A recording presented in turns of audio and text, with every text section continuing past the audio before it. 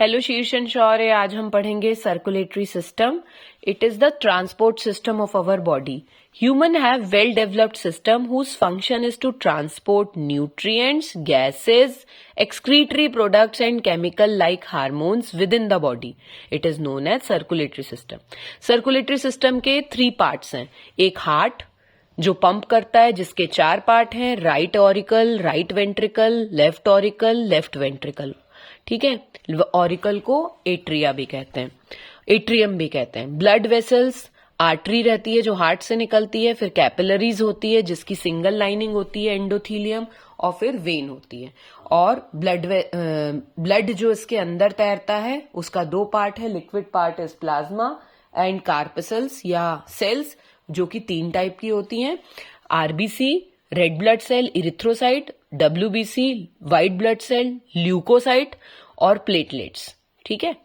तो सबसे पहले हम ब्लड कंपोनेंट्स पे आते हैं. Blood is a fluid connective tissue. Human body has 4 to 6 litre of blood.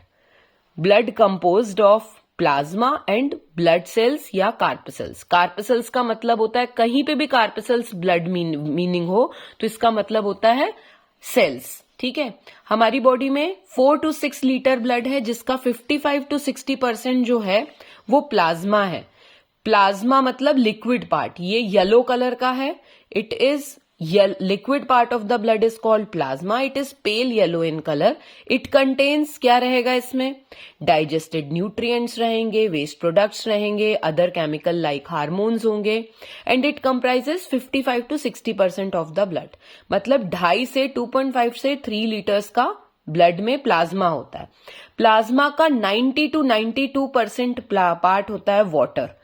मतलब सबसे ज्यादा कंटेंट प्लाज्मा का वाटर ही होता है. और क्या रहते हैं इसमें, इसमें होते हैं water, protein, inorganic salt, traces of other substances जैसे हार्मोन वार्मोन, ये सब रहते हैं.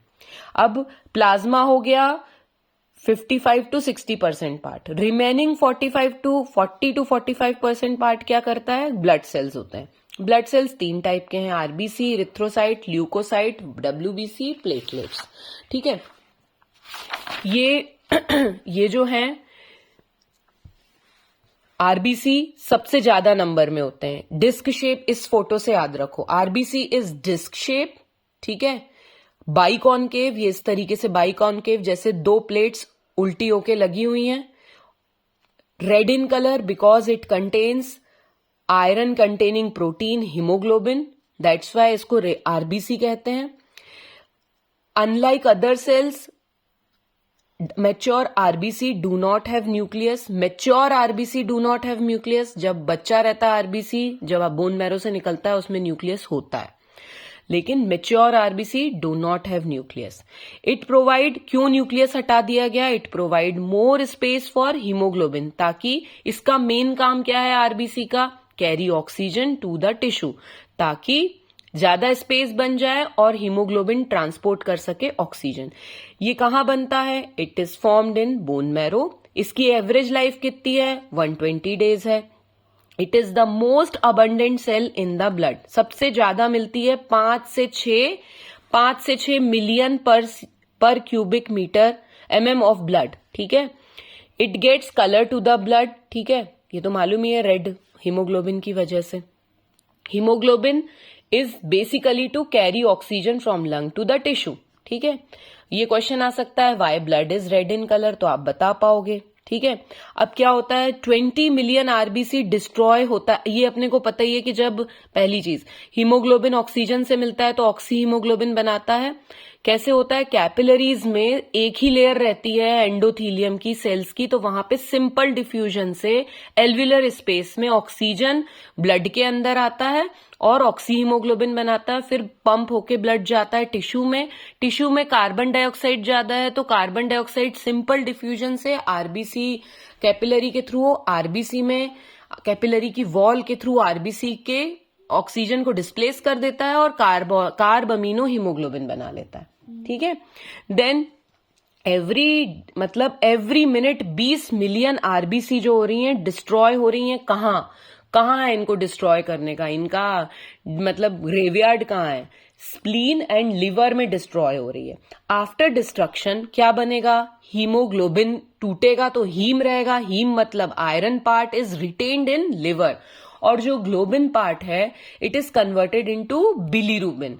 यदि किसी के खूब ज्यादा आरबीसी टूटेंगी, किसी भी बीमारी में, बहुत सी बीमारियों में आरबीसी खूब टूटती है तो उनका बिलीरुबिन बढ़ जाता है, जॉन्डिस हो जाती है उनको।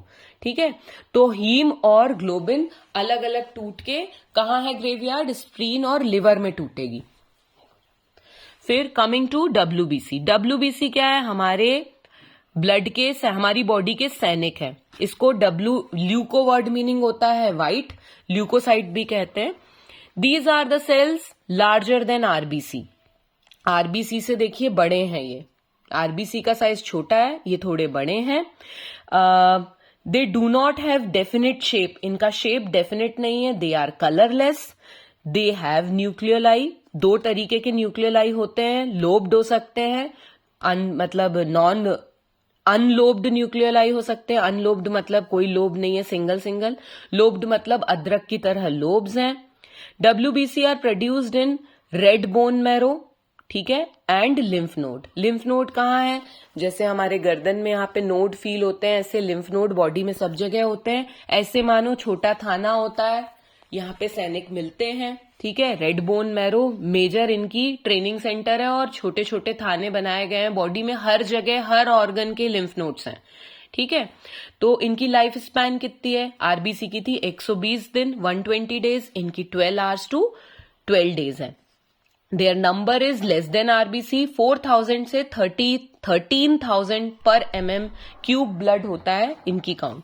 इनका एबनॉर्मल इंक्रीज मतलब बहुत ज्यादा शहर में सैनिक बढ़ गए, कब होगा? जब चोर आ जाएगा, जब कोई प्रॉब्लम हो जाएगी। तो मतलब चोर कौन है?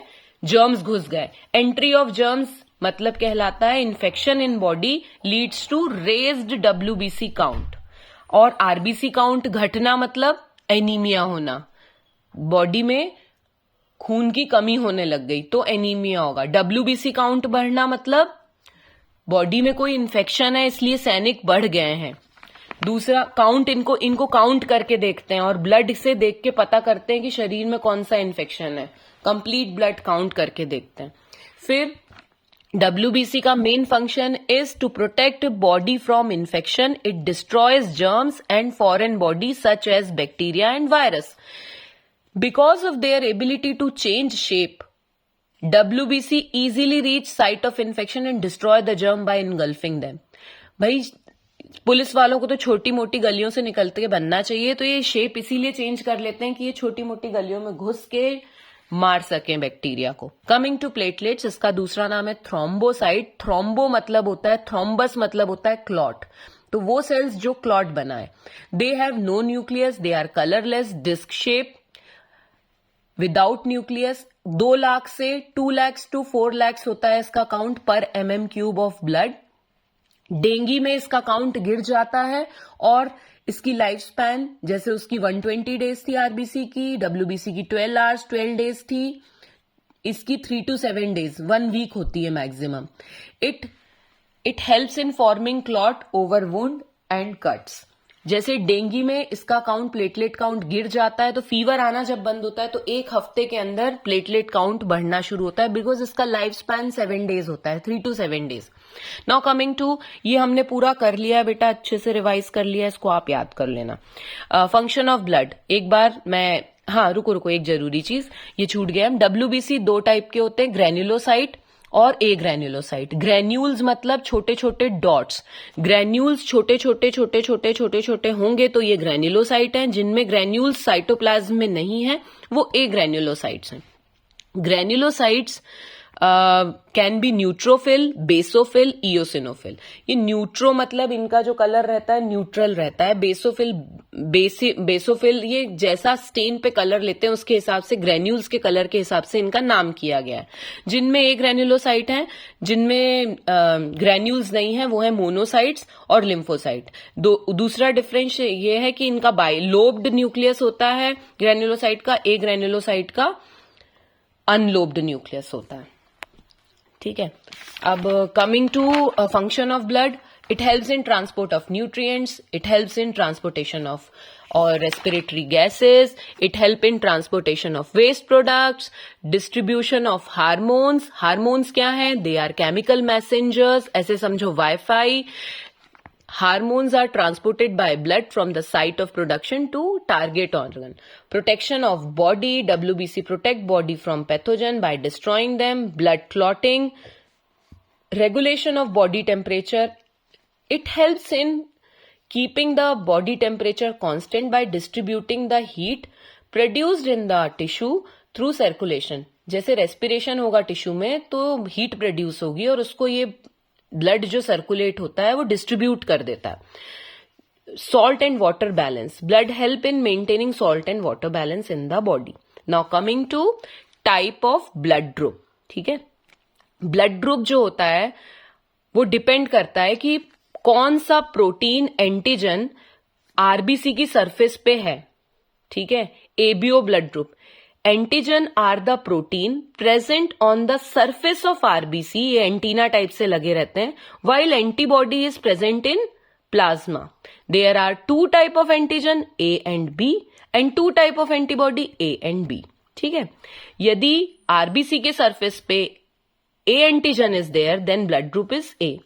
एंड ए एंटीजन वाले के साथ ए एंटीबॉडी नहीं देंगे, नहीं तो टूट जाएगा. तो भगवान ने ए एंटीजन वाले पेशेंट में बी एंटीबॉडी दी है. ठीक है, और बी एंटीजन यदि है तो blood group is B. A और बी दोनों एंटीजन है तो blood group is A B. और यदि कोई भी एंटीजन नहीं है तो blood group is O.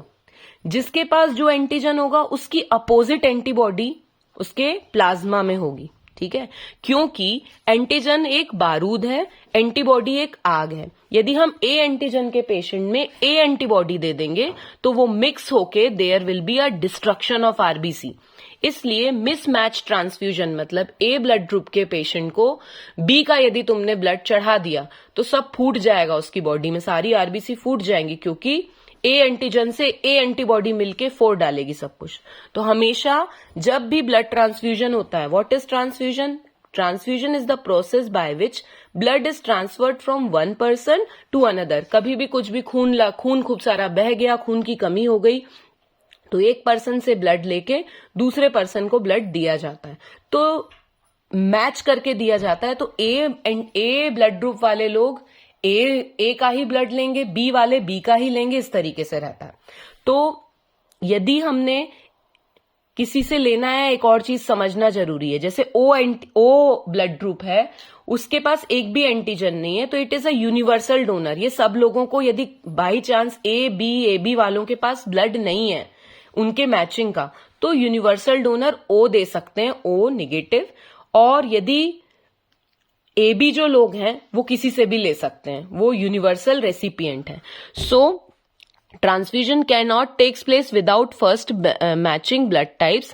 The blood group O is called universal donor since it can given to a person with any blood group. Blood group AB is called universal recipient since a person with blood group AB can receive blood from any other blood group.